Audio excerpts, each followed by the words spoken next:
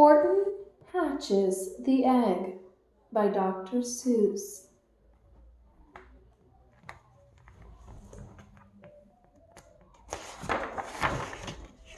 Horton hatches the egg.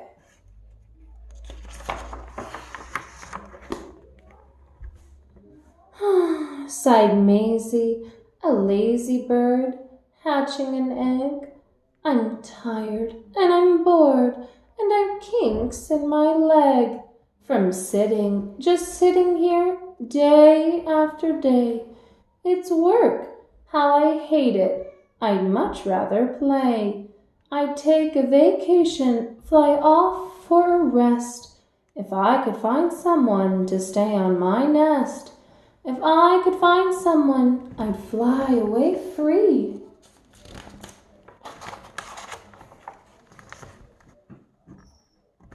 Then Horton the elephant passed by her tree. "Hello," called the lazy bird, smiling her best. "You've nothing to do, and I do need a rest. Would you like to sit on the egg in my nest?" The elephant laughed. "Why, of all silly things, I haven't feathers and I haven't wings. Me on your egg, why that doesn't make sense. Your egg is so small, ma'am, and I'm so immense." "Tut, tut," answered Maisie. "I know you're not small, but I'm sure you can do it, no trouble at all. Just sit on it softly, you're gentle and kind. Come, be a good fellow, I know you won't mind." "I can't," said the elephant. "Please," begged the bird. "I won't be gone long, sir, I give you my word. I'll hurry right back, why I'll never be missed." "Very well," said the elephant, "since you insist. You want a vacation? Go fly off and take it. I'll sit on your egg and I'll try not to break it. I'll stay and be faithful. I mean what I say." "Toodaloo," sang out Maisie and fluttered away. The first thing to do," murmured Horton. "Let's see. The first thing to do is to prop up this tree and make it much stronger. That has to be done. Before I get on it, I must weigh a ton." Then carefully, tenderly, gently he crept up the trunk to the nest where the little egg slept. Then Horton the elephant smiled. "Now that's that." And he sat, and he sat, and he sat, and he sat.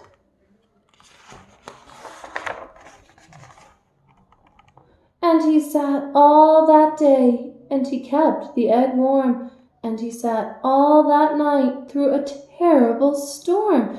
It poured, and it lightened, it thundered, it rumbled. "This isn't much fun," the poor elephant grumbled.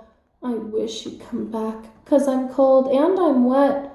I hope that Maisie bird doesn't forget." But Maisie by this time was far beyond reach, enjoying the sunshine way off in Palm Beach, and having such fun, such a wonderful rest, decided she'd never go back to her nest.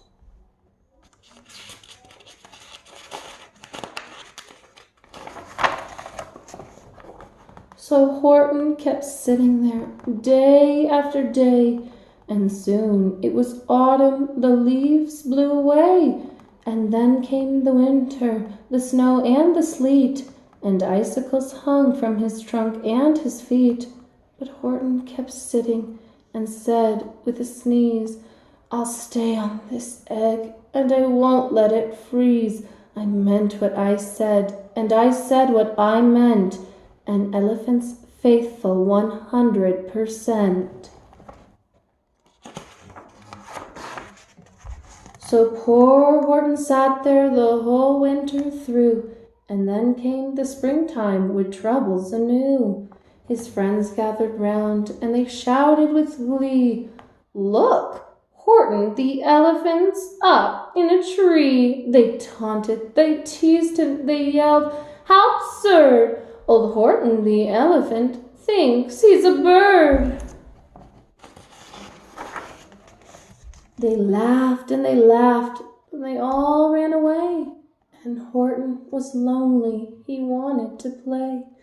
But he sat on the egg and continued to say, "I meant what I said, and I said what I meant." An elephant's faithful 100%. No matter what happens, this egg must be tended. But poor Horton's troubles were far, far from ended. For while Horton sat there, so faithful, so kind, 3 hunters came sneaking up softly behind. He heard the men's footsteps, he turned with a start. 3 rifles were aiming right straight at his heart. Did he run? He did not. Horton stayed on that nest. He held his head high and he threw out his chest. And he looked at the hunters as much as to say, "Shoot if you must, but I won't run away. I meant what I said, and I said what I meant." An elephant's faithful 100%.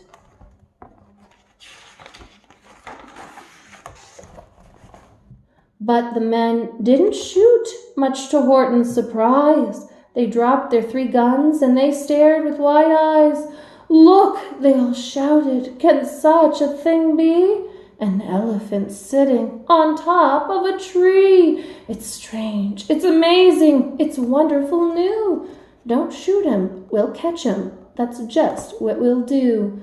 Let's take him alive, why he's terribly funny. We'll sell him back home to a circus for money."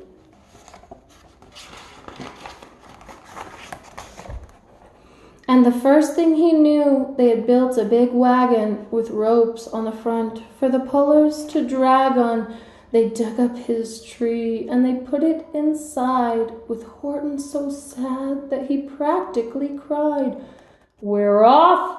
the men shouted, and off they all went, with Horton unhappy 100%.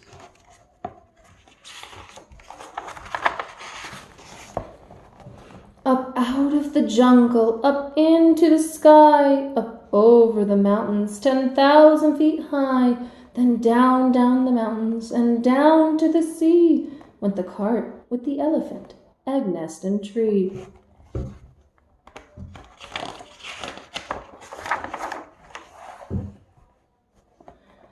Then out of the wagon and on to a ship, out over the ocean, and oh, what a trip, rolling and tossing and splashed with the spray. And Horton said day after day after day, "I meant what I said, and I said what I meant, but oh, my seasick 100%.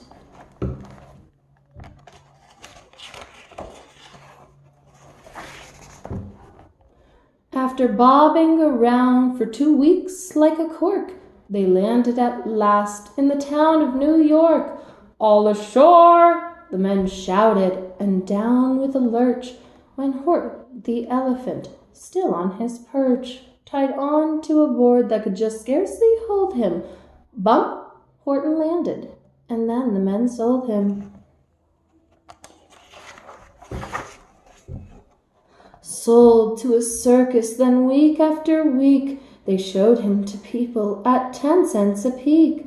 They took him to Boston, to Kalamazoo, Chicago, Weehawken, and Washington too, to Dayton, Ohio, St. Paul, Minnesota, to Wichita, Kansas, to Drake, North Dakota, and everywhere thousands of folks flocked to see and laugh at the elephant up in a tree. Poor Horton grew sadder the farther he went, but he said, as he sat in the hot, noisy tent, "I meant what I said, and I said what I meant, an elephant's faithful 100%.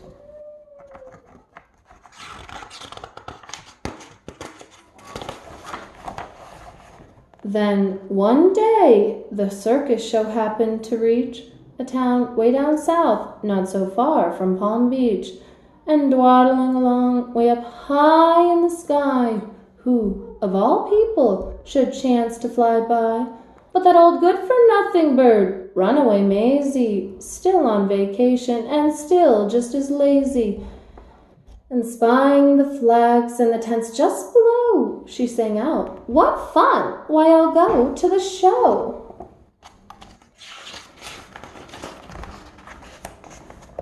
And she swooped from the clouds through an open tent door. "Good gracious," gasped Maisie, "I've seen you before." Poor Horton looked up with his face white as chalk. He started to speak, but before he could talk,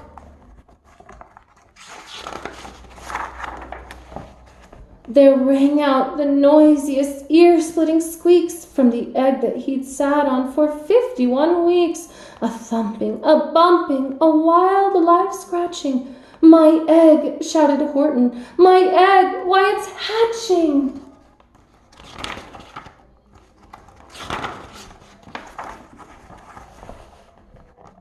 "But it's mine!" screamed the bird.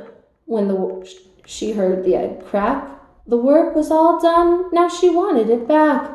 "It's my egg," she sputtered. "You stole it from me. Get out of my nest and get off of my tree." Poor Horton backed down with his sad, heavy heart. But at that very instant, the egg burst apart, and out of the pieces of red and white shell from the egg that he'd sat on so long and so well, Horton the elephant saw something whiz. It had ears and a tail and a trunk just like his. And the people came shouting, "What's all this about?"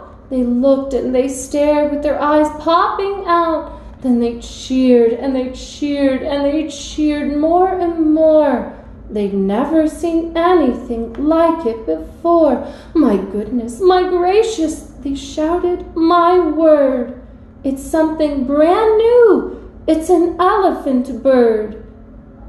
And it should be like that. Because Horton was faithful. He sat and he sat. He meant what he said, and he said what he meant. And they sent him home happy, 100%. The end.